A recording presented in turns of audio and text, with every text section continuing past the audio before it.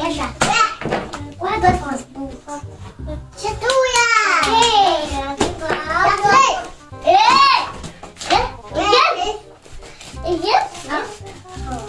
يلا بتبصوا عليه على ماجي وما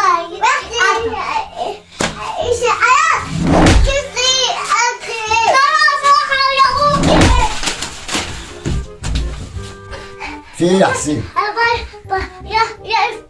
يا فين؟ هي الطولة واحد يكبوب هي طولة أيوة أيوة يا حسين أيوة يا شهودة واحد يكبوب بس كده هي أنا فاكر بوي يجي يا شهودة أنا مالي وبعيدتي يا هتقابلني أنا بعيدة أنا بقول حاجة عيدتي أدب. ما انت حسين هي بتقول لك الاثنين ما تريحوا تقول الاثنين بتبص عليه، انت واخد ان الاثنين بتبص عليه يبقى قليله الادب الاثنين. انت مهما تكبر حاطط في دماغك ان الاثنين بتبص على الواحد يبقى قليله الادب.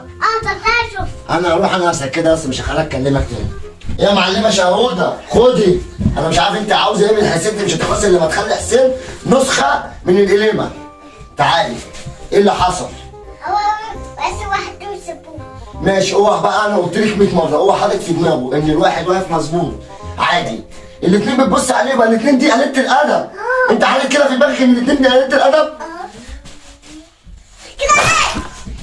ايه اللي افترى ده؟ ما حرام عليكي الواد. خدي معاك يا بابا. لا لا انت خدي انت برضه تاني يا جدعان تعالوا. عارفه عشان اقول لك ايه؟ ربنا على الارض.